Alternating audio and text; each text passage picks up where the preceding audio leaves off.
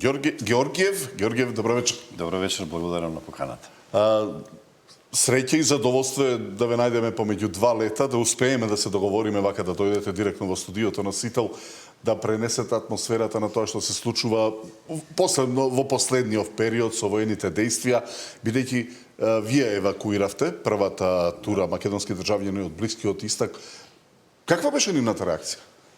Па знаете што тоа бе преморени луѓе, кои што веројатно кога не видоа дека се на своето, знаете.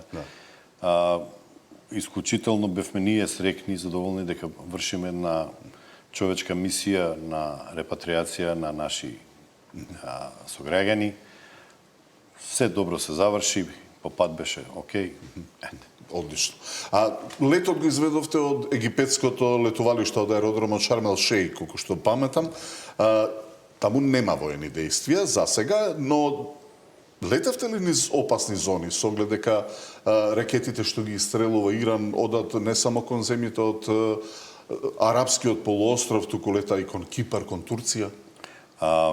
Ние никогаш не би избрале опасна зона, меѓутоа во тек на лет може да се случи да и некоја зона, односно некој коридор кој што бил безбеден да стане небезбеден, тогаш има процедура, би се вратиле или би слетеле на некој алтернативен аеродром и така натаму. Во оваа ситуација која бевме, се беше во ред, освен што беше исклучително интензивирано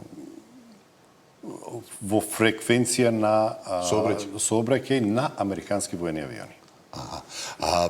Често гледаме дека цивилни авиони се придружувани од борбени авиони како воздушна поддршка. Еве и од вашето искуство и искуство на ваши колеги, сте имале таков случај? При превоз на патници не, освен на годишница на НАТО, кога беше тоа како манифестација, инаку овака не. Еднаш имавме чест, се сеќавам на нашиот лет кон Женева, да не придружува швајцарските борбени авиони, ете така, чисто заради вежба и заради укажување на некаква чест на државен авион. Какво е чувството кога те придружуваат такви борбени авиони, претпоставувам за заштита? Па, ова не беше за заштита, повеќе беше укажување на чест. Знаете како, ретко кој пилот доживува таква чест и стварно тие се работи кои што се памета за цел живот. Лично, како долгогодишен пилот, дали во текот на летот, зборувам за овие летови сега во кризните региони, размислувате дека можете да се најдете на траекторија на проектил кој што е изгубил траекторијата? Дали на вашите инструменти во комуникацијата гледате што се случува во воздухот од аспект на такви воени дејствија? Ние такви инструменти немаме за детектирање на ракетни воени дејствија. Тоа има само, знаеме, Air Force One. Меѓутоа, во минатата репатриација, кога пред чинам година дена исто вршавме на наши сограѓани од Израел, исто од Шарм ел Шејх, имавме прилика да видиме некои 200-300 километри како летаат некои ракети према Израел.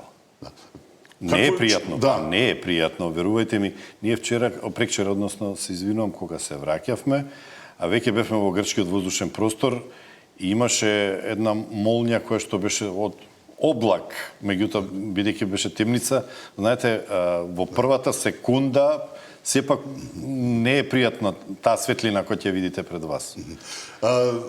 Сте имале, значи, релативно блиски средби се тие, 200 километри во воздушен сообраќај е ништо. Не, 200 до 300 километра, да. Како реагирате?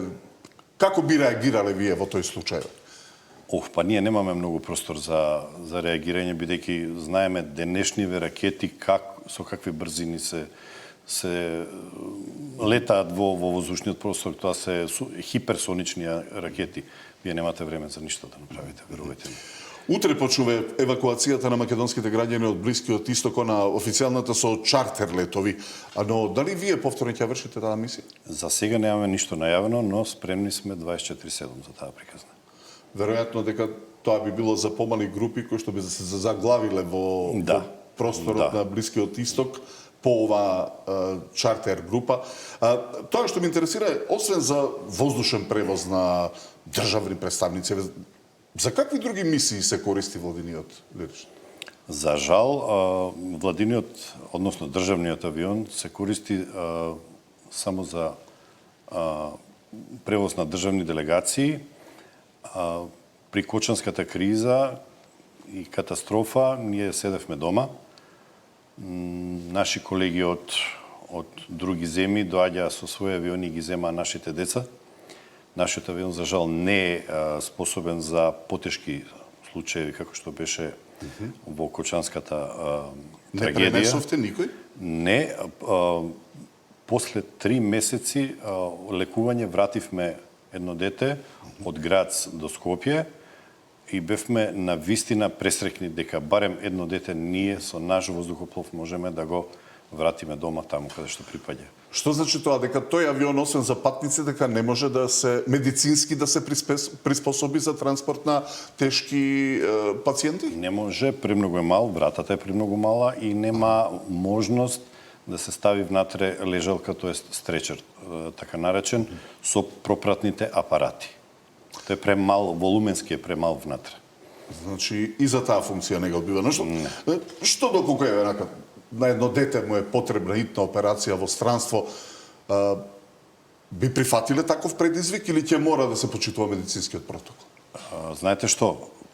Јас имав во минатото, и тоа е една грда приказна што за секогаш ќе ми остане во сеќавање, да ми се јави родител да ме моли да му се пренесе детето кој што имаше карцином на очите, хитно на операција во Истанбул. Ние немавме начин како да го направиме тоа. Немаше модус за таа работа. Сега веќе при нашата иницијатива долгогодишна за набавка на нов воздухоплов, ние и таа приказна ја разработивме и спремни сме за такви мисии, меѓутоа нас не треба друг тип на воздухоплов. Добро, ако не го бива, не ги исполнува медицинските стандарди за транспорт на пациенти, што со уште една работа за која што е клучна времето за транспорт, еве како што е транспорт на органи за пресадување, сте учествувале некојаш во такви мисии? За жал не. И тоа е наша иницијатива и спремни сме тоа да го правиме. Македонија не е земја членка на Евротрансплант групацијата, меѓутоа со интерни договори држава меѓу држава ние сме спремни тоа да го направиме. Даваме иницијатива, чекаме од останатите надлежни за таа работа да се вклучат и да почнеме да работиме, бидејќи еден човечки живот вреди колку нема цена. Нема таков авион. Так. Неизбежно ми се поставува прашањето, еве во корона кризата се замре, никој никаде не можеше да се движи, беше проблем како да се набават, како да се донесат вакцини. Имавте ли вие улога во корона кризата? Ве знаеме дека српскиот владин државен авион отиде во Кина, во Пекинг, ги натоварија вакцините и ги донесоа први. Имавме ние таква иницијатива, баравме, меѓутоа едноставно не добивме никаков одговор, инаку ние бевме спремни на 3-4 слетувања да стигнеме до Пекинг, да натовариме што можеме да се натовари и да донесеме за прва рака. После тоа бевме ангажирани за Великден, се сеќавам. Во Истанбул беше пристигната некоја хуманитарна пратка од Кина, бидејќи во оваа држава немаше тогаш ни маски, ни заштитни одела, ни калјачи, ни ракавици, ништо. Одработивме 7 Истанбула во 2 дена. Првите реагенси ние ги донесовме, ние сами ја товаравме таа роба во Истанбул. Овде во Скопје на секое слетување армијата ни помагаше. Ете, тоа е една хуманитарна мисија што ја направивме, бевме пресрекни. Сега од ова можам да заклучам дека сушност авионот, освен да транспортира неколку патници од точка А до точка Б, речиси за ништо не може да служи повеќе. Така. Сега, дали овој Лирџа 60, мислам дека, кој е во служба веќе 21 година, така, го надмилал и својот работен век, колку е оправдано, безбедно неговото натамошно користење, одржување, сервисирање, знаеме, имате олдтаймер, скапо ќе веќе изборувам за автомобили. Најскапо. Лирџа 60 класик, како што е нашиот, прв е произведен и пуштен во употреба во 1993 година. Нашиот е купен во 2004 година, веќе то и тогаш беше постара технологија како тип на авион. Од 80-тите практично. Технологија на 80-тите, за жал, беше одбран таков како што е, беше нов, но ништо тоа не вреди.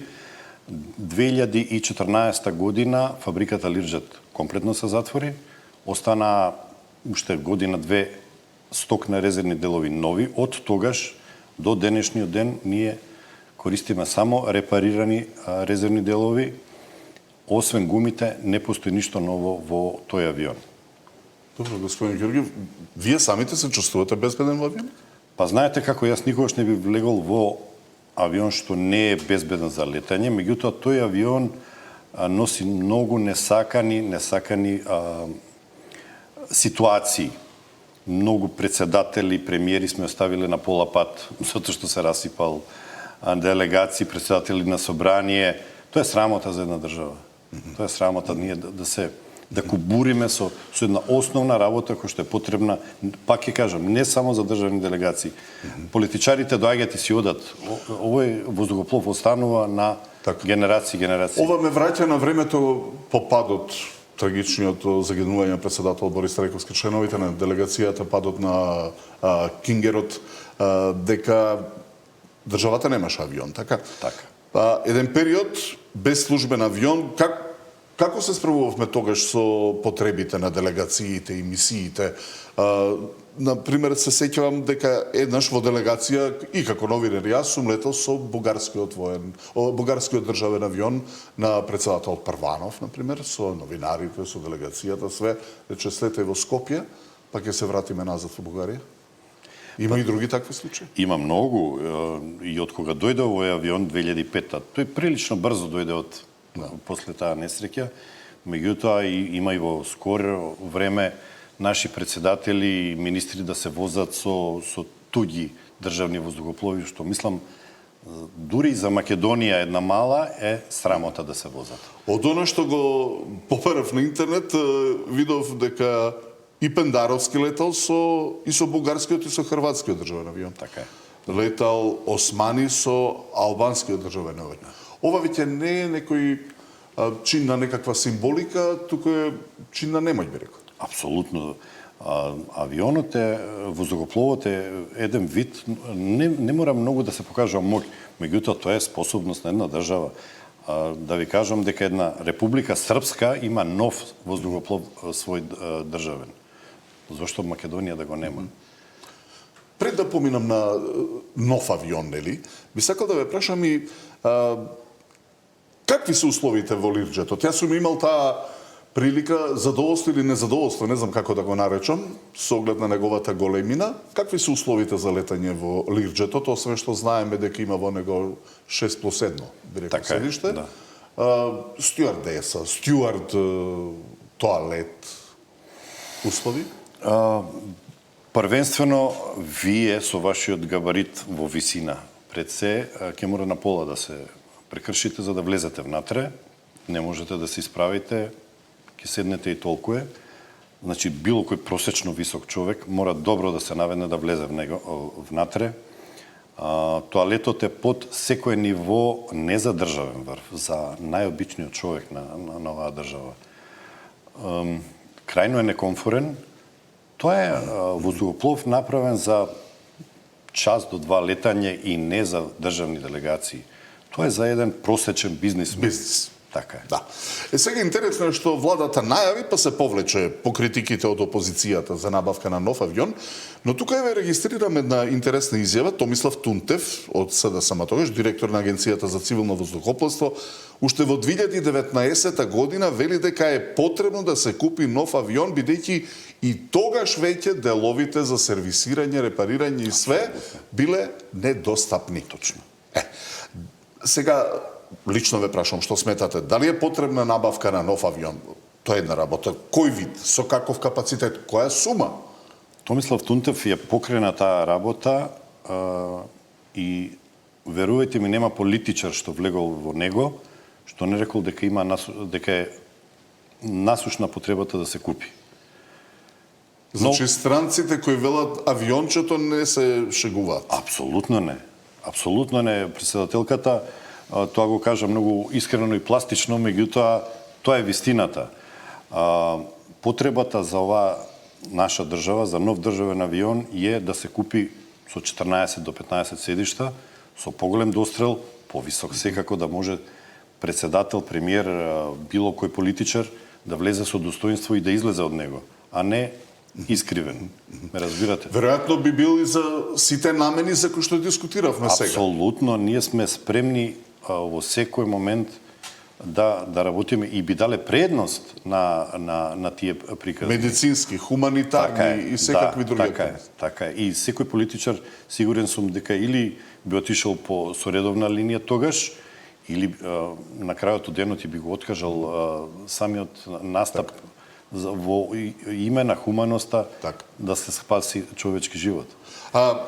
Добро, вака ако земеме генерално, што е поисплатливо? Да се изнајмуваат, како што изнајмувавме авиони, било приватни, било државни, да се користат чартери или приватни летови, или пак да се има еден таков соодветен авион за сите потреби државни, хуманитарни и сите други? Да било ефтино изнајмувањето, сите би изнајмувале и автомобили, а не авиони.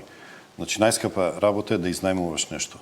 Најефтино поминуваш кога ќе купиш нешто за себе. Погледнете Србија. Србија има 3 државни воздухоплови. Погледнете како ги евакуира своите граѓани. Они пуштаат своји авиони од својата државна авиокомпанија. Тоа е, така се функционира. Така се функционира. Се сеќаме на вас, вие бевте и пилот во МАТ. Така е. На друг авион. Веројатно дека процесот евентуално на набавка треба да оди паралелно со обука. Колку време тие едно со друго треба да коинцидираат за летање на следниот? Најпедантно, нашата обука би трајала околу 2 месеци. Најпедантно би било веднаш после завршувањето на обуката да се превземе тој авион, затоа што најлошо е да имате вие пауза после обуката. Обуката на нов авион бара континуитет и во летањето и во самата тренажа. Добра. Господин Георгиев, единствено ми останало да ви посекам мирно небо во сите наредни мисии. Верувам дека повторно ќе имате и во овие кризни региони, па да ни се вратите назад со нови впечатоци од новиот авион, ето од едни хумани мисии, медицински мисии, со кои што сите би биле задоволни. Јас би бил најсреќен и конечно да имаме и убави вести само. Да. Емил Георгиев во тема на денот во Дневникот на Сито.